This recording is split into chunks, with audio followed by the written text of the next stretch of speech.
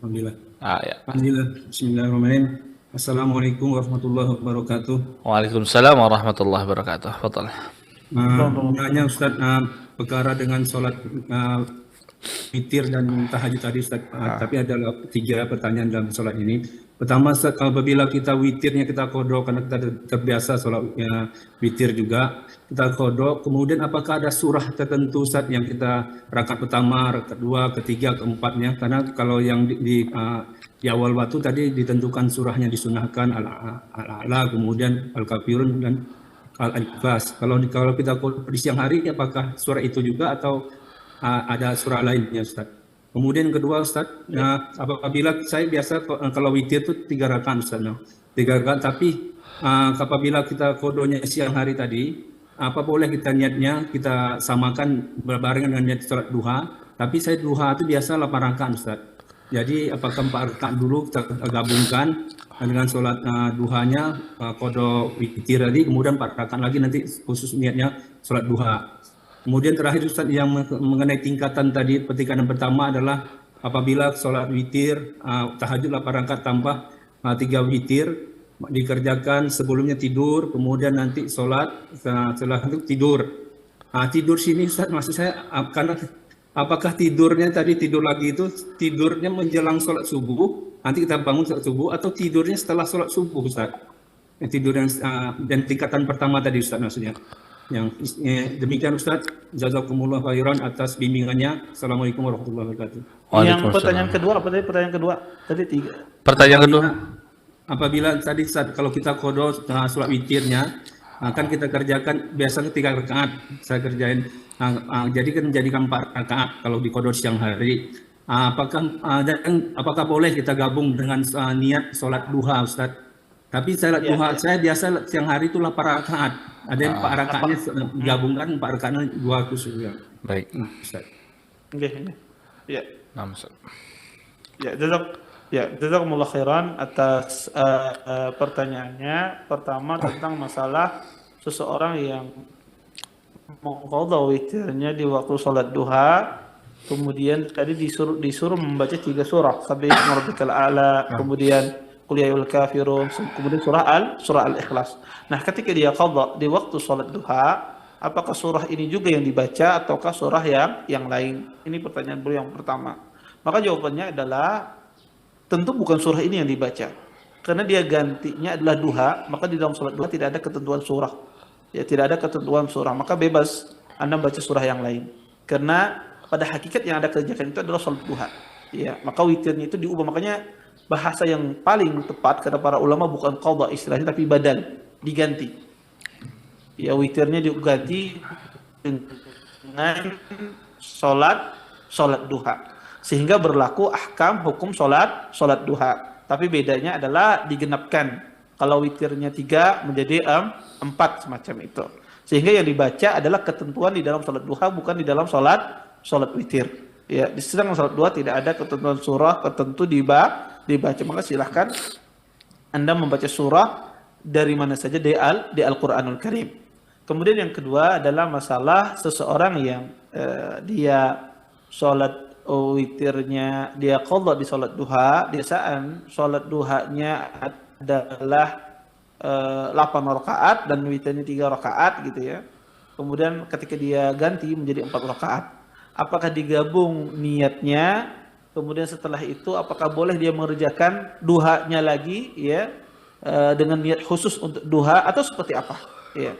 Pertama, kita katakan Anda mengerjakan sholat duha 4 rakaat itu sudah cukup. Ya sudah cukup. Maka itu pengganti sholat duha.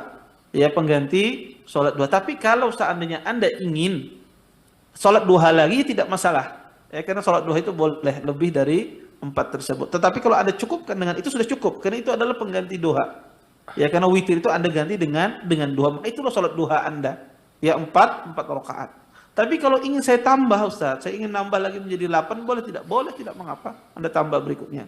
Tapi kalau pertanyaan mana yang afdal, maka yang Anda cukupkan ya 4 rakaat tersebut. Kalau seandainya witirnya 3, maka ini yang lebih baik. Tapi kalau seandainya Anda ingin menjadikan 8 ya, karena itu kebiasaan Anda, ya tidak mengapa.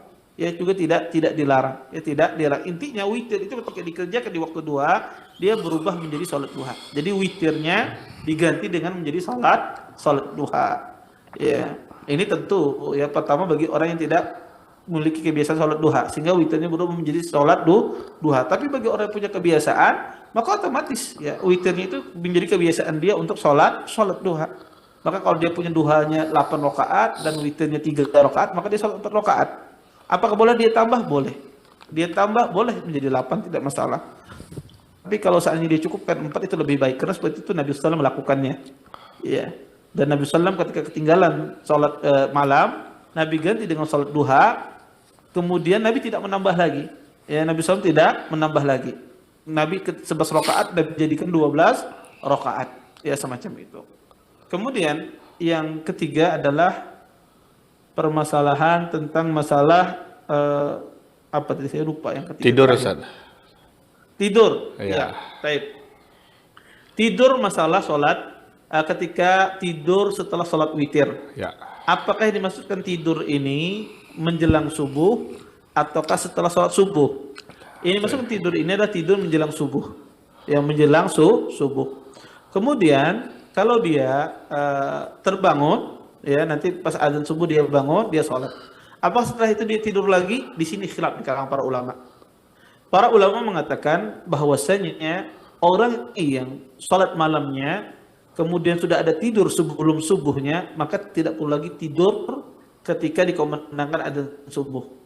Ya, ketika dia sholat sunnah subuh tidak perlu lagi dia tidur. Pendapat yang pertama. Pendapat yang kedua, kenapa kata mereka? Karena Nabi SAW sholat malamnya itu beliau sampai subuh. Ya sampai subuh, sehingga Nabi SAW tidak sempat lagi tidur setelahnya. Ya, sehingga Nabi SAW meringankan beban beliau dengan beliau tidur setelah azan subuh. Ya, tidur sebentar berbaring. Ya, berbaring.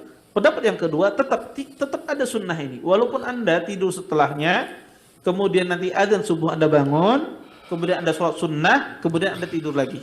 Maksud tidur di sini adalah berbaring, membaringkan badan untuk melepas keletihan dari sholat malam. Maka pendapat kedua ini yang benar.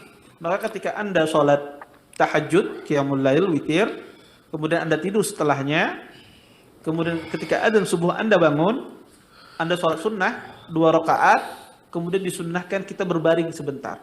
Ya, dan tentu berbaring ini di rumah, bukan di masjid. Kalau di masjid tidak ada sunnahnya berbaring. Ya, dan ini dilakukan oleh Nabi dan para sahabat itu di rumah, bukan di masjid. Ya, maka para ulama berbaring ini hanya dilakukan di rumah. Sehingga jangan orang berbaring massal di masjid. Ya, habis sholat sunnah semuanya pada berbaring di masjid, tidak. Ya, tetapi ini dilakukan di rumah. Berbaring sebentar, melepas keletihan. Ya, seperti itu yang dilakukan oleh Nabi SAW.